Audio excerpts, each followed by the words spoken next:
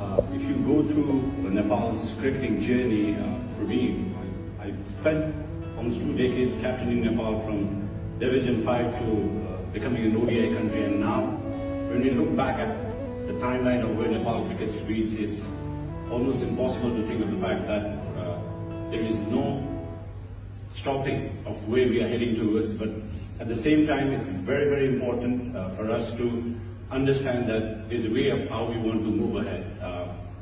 To everybody present here, where we have played with, against, and we're working for the betterment of the game.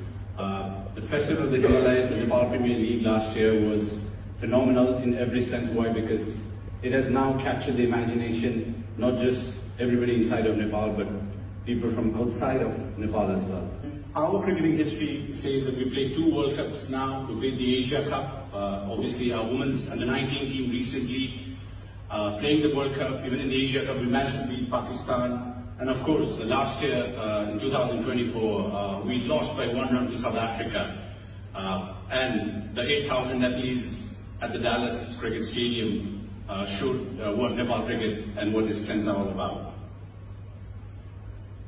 The NPL last year, I think we put in a lot of effort. We had 8 franchises with all of our local investors investing into the game.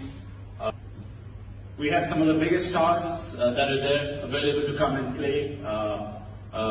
Shikhar Dhawan, who just retired from the IPL last year, came in. Jimmy Neesham, who's played franchise cricket all over the world, finally won his first ever T20 championship, and that was in Nepal. And it was a story where I spoke to Jimmy. He said, maybe that will happen at the base of the Himalayas, where, where Nepal is renowned for its mountains, but now Nepal is also making its mark through cricket.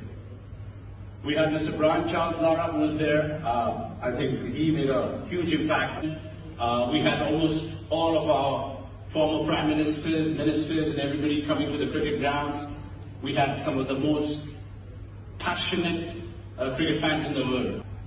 The Nepal Premier League last year, the trophy that you see has the rock on top of it, which was brought from the base of the Everest. One of the messages that we wanted to send the world was, if global warming is an issue, we want to make sure that, because Mount Everest is in Nepal, we also wanted to tell everybody that that trophy is going to be unique, and also be sending a message that global warming is here and we need to protect our environment.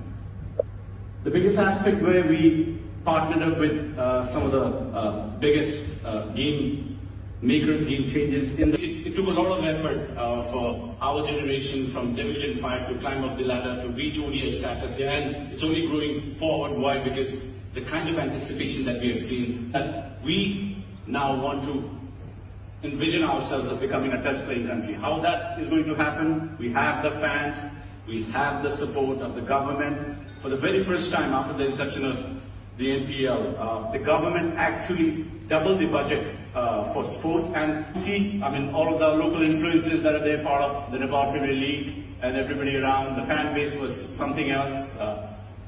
And most importantly, there's this young boy who just captained Nepal in the recently under-16 championship, where 8 months ago he was nowhere to be seen. He was found from a talent hunt program, and later on he went on to play the under-19s and also went on to captain Nepal, and the next thing you know, he's won a championship already for Nepal. Women's cricket also is an important part of our growth. For you to become a full-fledged nation, there are certain criteria that needs to be filled. Women's cricket is something that we have prioritized on this year. There's a lot of engagement. We have recently qualified for our first ever global qualifiers, and I just feel there's no looking back from here for women's cricket as well.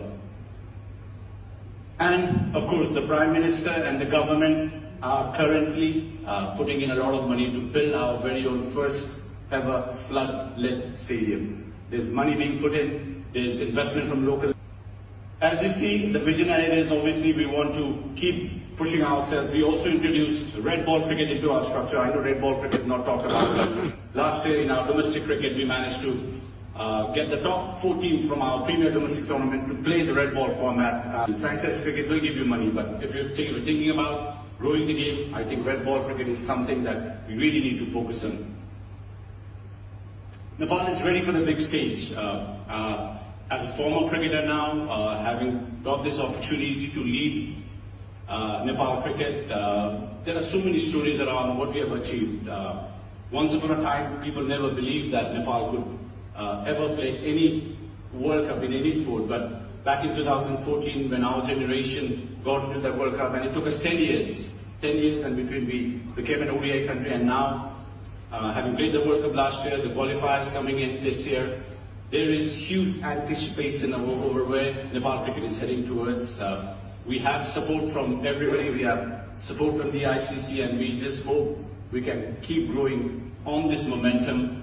Nepal cricket is here. It's an impact that our tournament last year made, which has now made our cricket and our financial system very robust, very concrete, and I hope we can keep building on this. And to the ICC, we are just waiting to have some of the bigger teams come over to Nepal. We're playing the West Indies this September, our first ever series against a test playing country. Very, very grateful to the West Indies Cricket Board, and like I said, the more cricketing nations around us with some of the most passionate cricket fans and the backing of everybody back home in Nepal, hopefully Nepal cricket in the near future will become a test playing nation or a full member is what we strive towards and working towards.